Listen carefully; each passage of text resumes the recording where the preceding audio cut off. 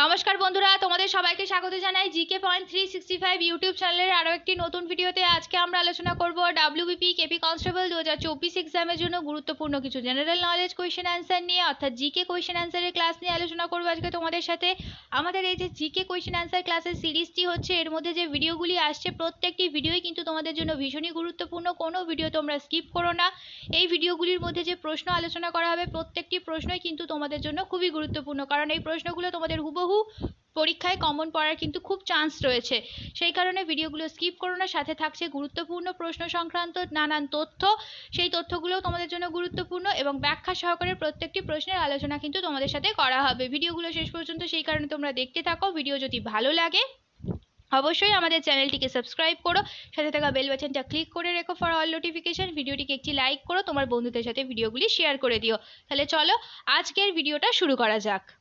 প্রথম প্রশ্ন দেখি। আজকের প্রথম প্রশ্ন, নিম্নলিখিত কে ভারতে পূর্ত দপ্তর অর্থাৎ পিডাব্লিউডি চালু করেছিলেন? ইম্পর্ট্যান্ট একটি প্রশ্ন। কে ভারতে পূর্ত দপ্তর অর্থাৎ পিডাব্লিউডি চালু করেছিলেন?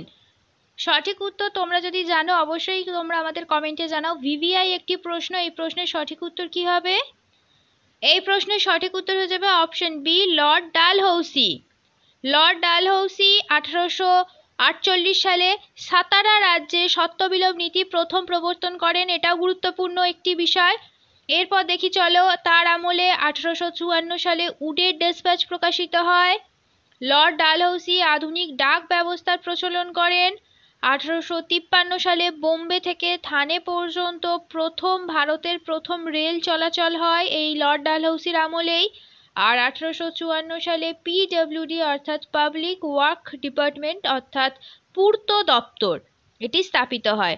দেখো একসাথে অনেকগুলোই কিন্তু আমরা তথ্য জেনে নিলাম। এই তথ্যগুলো তোমাদের জন্য সমান গুরুত্বপূর্ণ। অনেক প্রশ্নের কিন্তু তোমরা এখানে উত্তর পেয়ে গেলে। 2 নম্বর প্রশ্ন দেখি চলো। পারসেক একক দ্বারা কি পরিমাপ করা হয়? পারসেক এই একক দ্বারা কি পরিমাপ করা হয় তোমরা বলো। সঠিক উত্তর হবে অপশন ডি, মহাজাগতিক দূরত্ব। পারসেক একক দ্বারা মহাজাগতিক দূরত্ব পরিমাপ করা হয়। পরের প্রশ্ন দেখি চলো। 3 নম্বর প্রশ্ন, টি বোট অফ ইন্ডিয়া কোথায় অবস্থিত? টি বোট অফ ইন্ডিয়া সঠিক উত্তর কি হয়ে যাবে? দেখো 4টি অপশনের মধ্যে অপশন ডি হয়ে যাবে সঠিক উত্তর। কলকাতায় টি বোট অফ ইন্ডিয়া অবস্থিত। টি বোট অফ ইন্ডিয়ার প্রধান কার্যালয় কলকাতায় অবস্থিত। এটি 1954 সালের 1 এপ্রিল টি অ্যাক্ট প্রণয়নের মাধ্যমে প্রতিষ্ঠিত হয়েছিল। 4 নম্বর প্রশ্ন, কোন রেল স্টেশনটি বিশ্ব ঐতিহ্যবাহী স্থান? ভিভিআই একটি প্রশ্ন, কোন রেল স্টেশনটি বিশ্ব ঐতিহ্যবাহী স্থান? কোনটি সঠিক উত্তর হবে? 4টি অপশনের মধ্যে বলো তোমরা। সঠিক উত্তর হয়ে যাবে অপশন সি, ছত্রপতি শিবাজি টার্মিনাস। এই রেল স্টেশনটি বিশ্ব ঐতিহ্যবাহী স্থান। ছত্রপতি শিবাজি মহারাজ টার্মিনাস অর্থাৎ সিএসএমটি 1887 সালে রানী ভিক্টোরিয়ার সুবর্ণ জয়ন্তী স্মরণে এটি নির্মিত হয়েছিল। এর আসল নাম ছিল ভিক্টোরিয়া টার্মিনাস। 1996 সালের মার্চ মাসে স্টেশনটির নাম পরিবর্তন করে কি রাখা হয়েছে? ছত্রপতি শিবাজি মহারাজ টার্মিনাস অর্থাৎ সিএসএমটি করা হয়েছে। এটি 2004 সালে ইউনেস্কো কর্তৃক বিশ্ব ঐতিহ্যবাহী স্থান হিসেবে ঘোষিত করা হয়। অনেকগুলো তথ্য আমরা জেনে নিলাম এই প্রশ্নের সাথে সাথে। তারপর দেখি চলো পরের প্রশ্ন দেখি। পাঞ্চেত জলবিদ্যুৎ কেন্দ্রটি কোন নদীর উপর অবস্থিত? গুরুত্বপূর্ণ আরও একটি প্রশ্ন, পাঞ্চেত জলবিদ্যুৎ কেন্দ্রটি কোন নদীর উপর অবস্থিত? তোমরা প্রশ্ন চলাকালীনই সঠিক উত্তর কমেন্টে জানানোর চেষ্টা করো, এর মাধ্যমে তোমাদের খুব ভালো একটা প্রিপারেশন হয়ে যাবে। তো পাঞ্চেত জলবিদ্যুৎ কেন্দ্রটি অপশন বি হবে সঠিক উত্তর, দামোদর নদীর ওপর অবস্থিত। পাঞ্চেত বাঁধ ঝাড়খণ্ডের ধানবাদ জেলায় পাঞ্চেত এলাকায় দামোদর নদীর ওপর নির্মিত হয়েছে আর এটির উদ্বোধন করা হয়েছে 1959 সালে।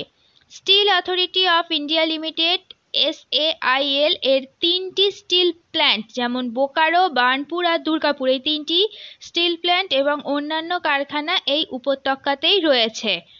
দামোদর উপত্যকাকে কি বলা হয়? দামোদর উপত্যকাকে এই কারণেই ভারতের রুর বলা হয়। তারপর চলো পরের প্রশ্ন দেখি।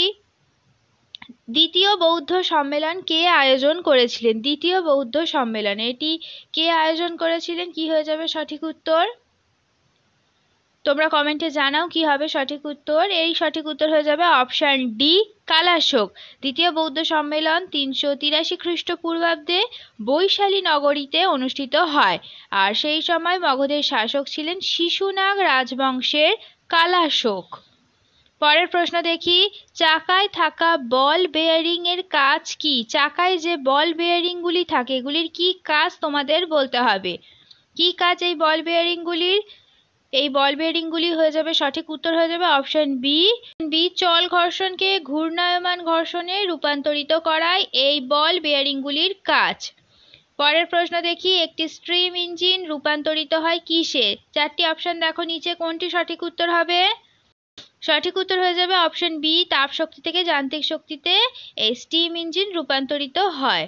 পরের প্রশ্ন দেখি, নিচের কোন বিলটি ভারতীয় পার্লামেন্টের প্রতিটি কক্ষে আলাদাভাবে বিশেষ সংখ্যাগরিষ্ঠতা দ্বারা পাশ করতে হবে? কোনটি সঠিক উত্তর? এই সংবিধান থেকে কিন্তু অনেক গুরুত্বপূর্ণ প্রশ্নই তোমাদের জন্য আসবে। তো সংবিধান থেকে আসা নানান প্রশ্ন কিন্তু তোমাদের জন্য সমান গুরুত্বপূর্ণ। এই প্রশ্নগুলোকে তোমরা কিন্তু কেউ স্কিপ করবে না। তোমাদের যদি আমাদের এই ভিডিওগুলি ভালো লাগে তাহলে অবশ্যই আমাদের চ্যানেলটিকে সাবস্ক্রাইব করে পাশে থাকা বেল বাটনটা ক্লিক করো, তোমার বন্ধুদের সাথে শেয়ার করে দিও এই ভিডিওটা। আর আজকের ভিডিওটা যদি ভালো লাগে তাহলে কিন্তু একটি লাইক করে যেও। তাহলে এই প্রশ্নের কি হয়ে যাবে সঠিক উত্তর? এই প্রশ্নের সঠিক উত্তর হয়ে যাবে অপশন ডি, সংবিধান সংশোধনী বিল। সংবিধানের পার্ট 20 368 নম্বর অনুচ্ছেদে ভারতের সংবিধান সংশোধনের প্রক্রিয়াটি উল্লেখ করা হয়েছে। তো কত নম্বর অনুচ্ছেদ? 368 নম্বর অনুচ্ছেদ। আর ভারতের সংবিধান সংশোধনের প্রক্রিয়াটি দক্ষিণ আফ্রিকার সংবিধান থেকে গৃহীত হয়েছে। এটাও একটি গুরুত্বপূর্ণ প্রশ্ন যে ভারতের সংবিধান সংশোধনের প্রক্রিয়াটি কোথা থেকে গৃহীত করা হয়েছে, তখন হবে দক্ষিণ আফ্রিকার সংবিধান থেকে। দেখো এই প্রশ্নের সাথে আরো দুটো গুরুত্বপূর্ণ কিন্তু তথ্য আমরা তোমাদের সাথে শেয়ার করে দিলাম। এই তথ্যগুলো কিন্তু তোমরা স্কিপ করবে না, ভালোভাবে এই তথ্যগুলো তোমরা তৈরি করে নেবে। চলো পরের প্রশ্নটা দেখি, গণপরিষদের সহ সভাপতি কে ছিলেন? গণপরিষদের সহ সভাপতি কে ছিলেন তোমাদের বলতে হবে। কি হবে সঠিক উত্তর? এখানে সঠিক উত্তর হয়ে যাবে অপশন সি, হরেন্দ্র কুমার মুখোপাধ্যায়। 1934 সালে গণপরিষদের ধারণাটি প্রথম দেন এম এন রায়। কে গণপরিষদের ধারণা প্রথম দেন? এম এন রায়। কত সালে দেন? 1934 সালে। 1946 সালের জুলাই মাসে ক্যাবিনেট মিশনের সুপারিশে গণপরিষদের নির্বাচন অনুষ্ঠিত হয়। তো কার সুপারিশে ক্যাবিনেট মিশনের সুপারিশে নির্বাচন অনুষ্ঠিত হয়েছিল? কত খ্রিস্টাব্দে শুরু হয়েছিল? 1946 খ্রিস্টাব্দে। আর গণপরিষদের মোট সদস্য সংখ্যা ছিল 389টি এবং গণপরিষদের প্রথম অধিবেশন 1946 সালের 9 ডিসেম্বর দিল্লিতে অনুষ্ঠিত হয়েছিল। অনেক গুরুত্বপূর্ণ তথ্য তোমাদের সাথে আলোচনা করা হলো। এই তথ্যগুলো কিন্তু তোমাদের জন্য খুবই গুরুত্বপূর্ণ। পরের প্রশ্ন দেখি, বুড়িবালামের যুদ্ধ কত সালে হয়েছিল? বুড়িবালামের যুদ্ধ কত সালে হয়েছিল? সঠিক উত্তর তোমরা জানলে কমেন্টে আমাদের জানাও। সঠিক উত্তর হবে অপশন বি, 1915 সালে হয়েছিল বুড়িবালামের যুদ্ধ। পরের প্রশ্ন, কিংসফোর্টের গাড়িতে বোমা ছোড়ার সময় ক্ষুদিরাম বসুর সঙ্গী কে ছিলেন? সঠিক উত্তর হয়ে যাবে অপশন ডি, প্রফুল্ল চাকি। পরের প্রশ্ন দেখি এবার, 1908 খ্রিস্টাব্দের কোন দিনে ক্ষুদিরাম বসুর ফাঁসি হয়? সঠিক উত্তর হবে অপশন এ, 11ই আগস্ট। পরের প্রশ্ন, নিচের মধ্যে কোনটি বাংলার প্রথম বিপ্লবী সংগঠন? সঠিক উত্তর হবে অপশন এ, অনুশীলন সমিতি। পরের প্রশ্ন দেখি, কোন রাজ্যে বাহুদা যাত্রা উৎসব পালিত হয়? বাহুদা যাত্রা এই উৎসবটি কোন রাজ্যে পালিত হয়? সঠিক উত্তর হয়ে যাবে অপশন ডি, উড়িষ্যাতে বাহুদা যাত্রা উৎসব পালিত হয়। আর এই উৎসবটি কি উপলক্ষে হয়? জগন্নাথের ফেরার যাত্রা হিসেবে এই বাহুদা যাত্রাটি পালিত হয়ে থাকে। পরের প্রশ্ন দেখি, পদায়নী ভারতের নিচের কোন রাজ্যের ভদ্রকালী মন্দিরে একটি আচারিক নৃত্যশিল্প? পদায়নী এটি ভারতের নিচের কোন রাজ্যের মধ্যে ভদ্রকালী মন্দিরে একটি আচারিক নৃত্যশিল্প তোমাদের বলতে হবে। ভদ্রকালী মন্দিরে এই পদায়নী নৃত্যশিল্পটি হয়। তো এটি কোন রাজ্যের? সঠিক উত্তর হবে অপশন সি, কেরালা রাজ্যের। পরের প্রশ্ন, কোন রাজ্যে পিঞ্জর হেরিটেজ উৎসব পালিত হয়? সঠিক উত্তর হবে অপশন বি, হরিয়ানা রাজ্যে। পরের প্রশ্ন দেখি, ময়ূরভঞ্জ ছৌ নৃত্য কোন রাজ্যের আদি নৃত্য? সঠিক উত্তর হয়ে যাবে অপশন এ ওড়িশার। ময়ূরভঞ্জ ছৌ নৃত্য ওড়িশার একটি আদি নৃত্য। পরের প্রশ্ন, সাম্প্রতিক কে চ্যাডউইক হাউসে ঐতিহাসিক জাদুঘরের উদ্বোধন করেছেন? সঠিক উত্তর হবে অপশন এ গিরিশ চন্দ্র মুর্মু। পরবর্তী প্রশ্ন, মহারাষ্ট্রের প্রথম মহিলা মুখ্য সচিব হিসেবে কে দায়িত্ব নিয়েছেন? সঠিক উত্তর অপশন ডি সুজাতা সৈনিক। পরের প্রশ্ন, ভারতের 35তম পররাষ্ট্র সচিব হিসেবে কাকে নিযুক্ত করা হয়েছে? সঠিক উত্তর হবে অপশন এ বিক্রম মিস্ত্রি। শেষ হলো আজকের ভিডিও। আজকের পর্বে আমরা আলোচনা করলাম ডাব্লিউবিপি কেপি কনস্টেবল 2024 এক্সামের জন্য গুরুত্বপূর্ণ কিছু জেনারেল নলেজ কোয়েশ্চেন আনসার নিয়ে। যে জিকে প্রশ্নগুলো আমরা আলোচনা করলাম সেই প্রত্যেকটি প্রশ্ন কিন্তু তোমাদের জন্য ভীষণই গুরুত্বপূর্ণ, সেই কারণে একটু স্কিপ না করে শেষ পর্যন্ত তোমরা ভিডিওটা দেখো। ভিডিওটা যদি ভালো লাগে তাহলে অবশ্যই কিন্তু আমাদের চ্যানেলটিকে তোমরা সাবস্ক্রাইব করো, সাথে ভিডিওটিকে একটি লাইক করো, তোমার বন্ধুদের সাথে কিন্তু ভিডিওটি শেয়ার করতে ভুলো না। এই গুরুত্বপূর্ণ ভিডিওটা তোমার বন্ধুদের সাথেও শেয়ার করো এবং আমাদের কমেন্টে জানাও ভিডিও তোমাদের কেমন লাগলো। আর প্রশ্ন চলাকালীন সঠিক উত্তর তোমরা ভিডিওর কমেন্টে জানানোর অবশ্যই চেষ্টা করো, তার মাধ্যমে কিন্তু তোমাদের খুব ভালো একটা প্রশ্নের উত্তরগুলো তৈরি হয়ে যাবে এবং তোমরা বুঝতে পারবে তোমাদের কতটা তৈরি হলো এবং তোমরা কে কত স্কোর করছো, এটাও কিন্তু তোমরা আমাদের কমেন্টে জানাবে।